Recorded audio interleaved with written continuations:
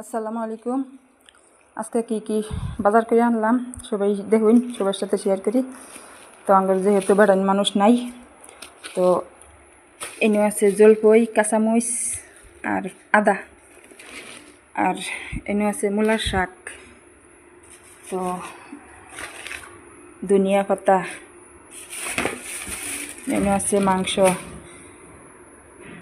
মুরগির ঠ্যাং আর গিলা মুরগির মাংস সব মিলাইয়া, আর এই যে আছে বাগুন, ধনিয়া পাতা, আলু, শুকনো বাগুন, টমাটো।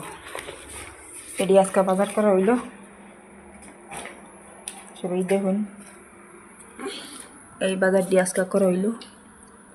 তো এই পর্যন্ত এই ভিডিওটা শেষ করি। এই করে বাজার করে আনলাম আজকে বাজারতে।